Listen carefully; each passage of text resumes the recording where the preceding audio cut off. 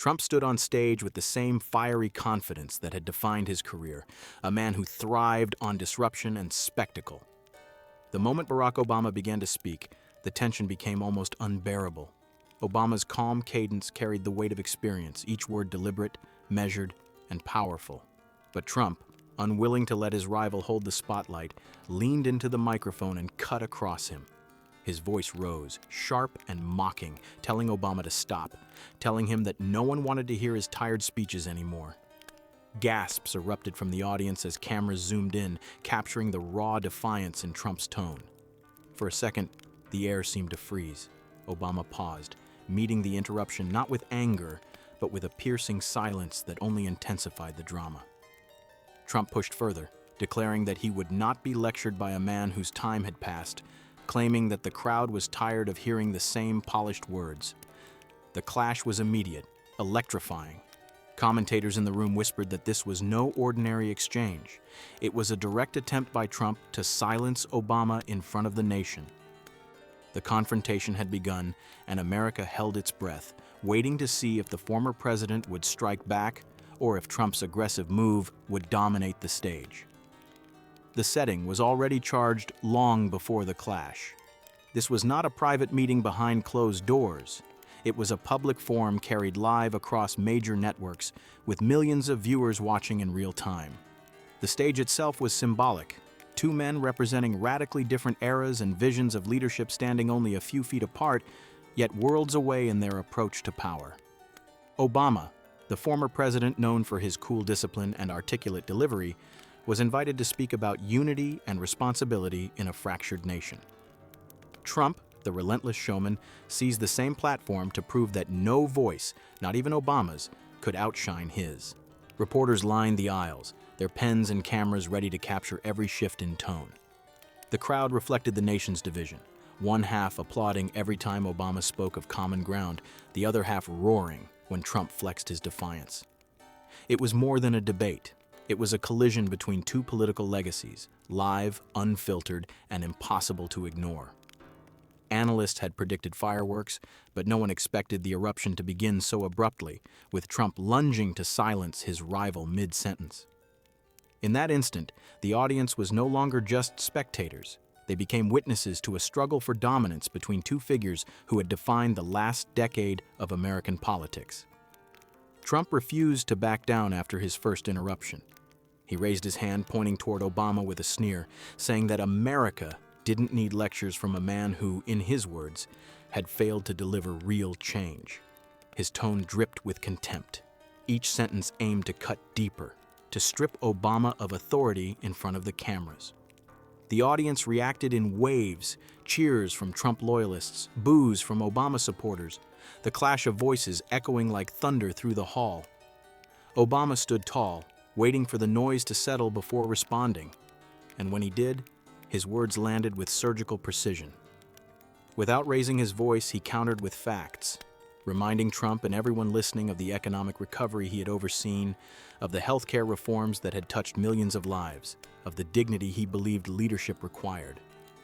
Trump interrupted again, louder, calling Obama's record a book of excuses, saying America wanted strength, not lectures. The tension tightened. Obama smiled faintly, the kind of smile that carried both patience and steel.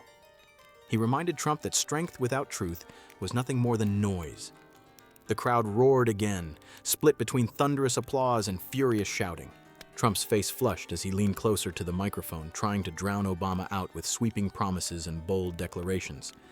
But each time he surged forward with rhetoric, Obama answered with a calm rebuke grounded in facts. It was a duel of styles, raw aggression against quiet resolve. Commentators in the press gallery scribbled furiously, noting how the former president's steady tone seemed to pierce through the chaos, even as Trump tried to overwhelm him with sheer volume. Every exchange deepened the conflict, pushing the audience to the edge of their seats, waiting for the moment when one man would finally seize control of the stage. The clash reached its boiling point. Trump leaned into his microphone once more, cutting Obama off mid-sentence and declaring with full confidence that Obama's time was over, that no one wanted to hear another polished speech from a failed past. His supporters erupted, chanting his name, convinced he had delivered the knockout blow. For a brief moment, it seemed like Trump had seized the upper hand, flooding the stage with noise and bravado. Obama did not rush. He let the applause die down, his gaze steady, his posture unshaken. Then, in a voice calm but commanding, he delivered the line that silenced the room. "The loudest man in the room," he said, pausing just long enough for the words to sink in, "is usually the one most afraid of being heard." The hall fell into stunned silence. Gasps rippled across the audience. Even those who had been chanting froze, as if struck by the weight of the statement. Trump blinked, momentarily caught without a comeback, his bravado colliding with the sudden quiet that blanketed the room. Cameras zoomed in on Obama, whose calm expression now carried the full force of his words. Commentators would later call it the line that shattered Trump's momentum, the moment when the entire balance of the confrontation shifted. Within seconds, social media exploded. Clips of Obama's final line flooded Twitter, Instagram, TikTok, millions replaying the phrase, dissecting its meaning and sharing it as if it were the final punch in a long battle. The audience in the hall erupted, this time not in division but in awe of the precision with which Obama had struck. Trump's attempts to respond were drowned not by boos, but by the deafening echo of the moment that had already been sealed in history. The impact of Obama's final line did not end on that stage. It reverberated across the nation and beyond. News outlets replayed the exchange on a loop, with anchors describing it as one of the sharpest political takedowns in recent memory. Pundits debated its significance, but few denied the precision with which Obama had ended the confrontation. For his supporters, it was vindication, proof that calm clarity could still cut deeper than bluster. For Trump's loyalists, it was a moment they tried to spin as irrelevant, yet the silence that followed their leader's stumble told its own story. Talk shows and late-night hosts seized on the moment, turning Obama's phrase into headlines, memes, and viral sound bites. "The loudest man in the room is usually the one most afraid of being heard," became more than just a retort.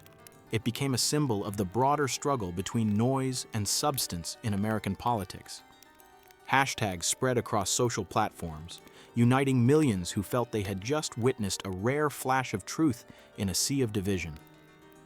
At kitchen tables and in office hallways, Americans argued over what had happened. Some praised Trump for his raw force, others admired Obama's restraint and timing. Yet even in disagreement, the nation recognized that this clash was unforgettable. It wasn't just two men sparring on stage, it was two legacies colliding in full view of the world. In the days that followed, columnists described the confrontation as a defining moment, the kind of instant that shapes how history remembers its leaders. Obama's calm dismantling of Trump's interruption reminded many that true authority doesn't always shout. Sometimes it waits, listens, and strikes with a single line that cannot be ignored. By the end of the week, one thing was clear. Trump had tried to silence Obama, but it was Obama's final words that echoed loudest. A reminder that in politics, as in life, it is not always the volume of the voice that matters, but the weight of the truth it carries.